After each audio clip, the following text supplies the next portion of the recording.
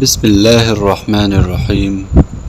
اسلام کے پہلے خطیب کے ساتھ کفار مکہ کی بدسلوکی۔ حضرت ابوبکر صدیق رضی اللہ عنہ کو دیکھیے، ابھی اسلام کا آغاز تھا، صرف 38 آدمی مسلمان ہوئے تھے، مکہ کی بستی کافروں سے بھری ہوئی تھی۔ حضرت ابوبکر صدیق رضی اللہ عنہ حضور صلی اللہ علیہ وسلم کی محبت سے سرشار تھے۔ حضور صلی اللہ علیہ وسلم سے التجا کی کہ مجھے اجازت دیجیے کہ میں لوگوں کو اعلانیہ آپ کی رسالت کی اطلاع دوں اور آپ سے فیض یاب ہونے کی دعوت دوں۔ آپ صلی اللہ علیہ وسلم نے فرمایا، اے ابو بکر، ابھی ذرا صبر سے کام لو، ابھی ہم تعداد میں کم ہے۔ حضرت ابوبکر صدیق رضی اللہ عنہ پر غلبہ حال طاری تھا، انہوں نے پھر اصرار کیا حتیٰ کہ حضور صلی اللہ علیہ وسلم نے اجازت دے دی۔ حضرت ابوبکر صدیق رضی اللہ عنہ نے بے خوف و خطر لوگوں کو اللہ اور اس کے رسول صلی اللہ علیہ وسلم کی طرف دعوت دی۔ حافظ ابن کثیر رحمۃ اللہ علیہ لکھتے ہیں، حضور صلی اللہ علیہ وسلم کی بعثت کے بعد حضرت ابوبکر صدیق رضی اللہ عنہ پہلے خطیب ہے جنہوں نے لوگوں کو اللہ اور اس کے رسول صلی اللہ علیہ وسلم کی طرف بلایا۔ مشرکین مکہ آپ رضی اللہ عنہ پر ٹوٹ پڑے، آپ رضی اللہ عنہ کو سخت پیٹا اور روندا۔ عتبہ بن ربیعہ نے آپ رضی اللہ عنہ کے چہرے پر بے تحاشا تھپڑ مارے۔ آپ رضی اللہ عنہ قبیلہ بنو تمیم سے تھے۔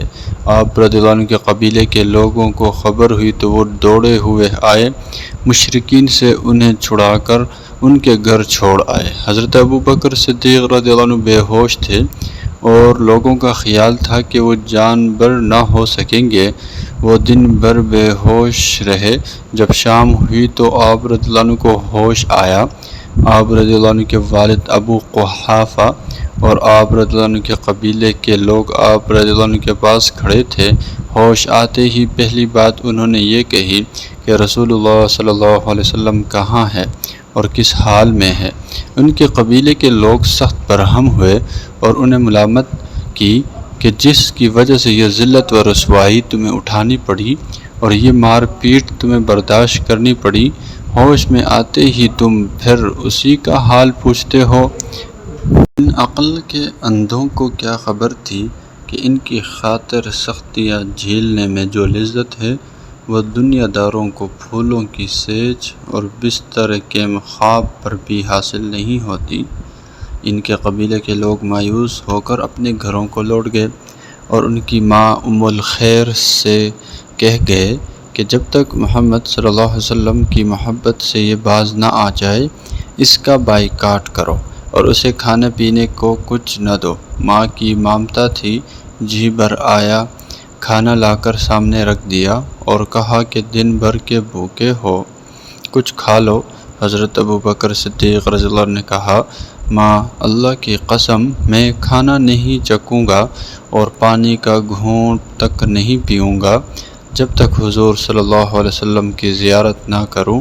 حضرت عمر رضی اللہ عنہ کی بہن ام جمیل آ گئی اور بتایا کہ حضور صلی اللہ علیہ وسلم بخیریت ہے اور دار ارقم میں تشریف فرما ہے۔ حضرت ابوبکر صدیق رضی اللہ عنہ زخموں سے چور تھے، چلنے کے قابل نہ تھے، اپنی ماں کا سہارا لے کر بارگاہ رسالت میں حاضر ہوئے۔ حضور صلی اللہ علیہ وسلم ان پر جھک پڑے اور انہیں چوما۔ حضور صلی اللہ علیہ وسلم پر سخت گریہ طاری تھا۔ اللہ کے لاکھ لاکھ رحمتیں ہوں اس عظیم و جلیل القدر صحابی پر، اللہ ہمیں ان کی صحیح اتباع نصیب فرمائے، آمین۔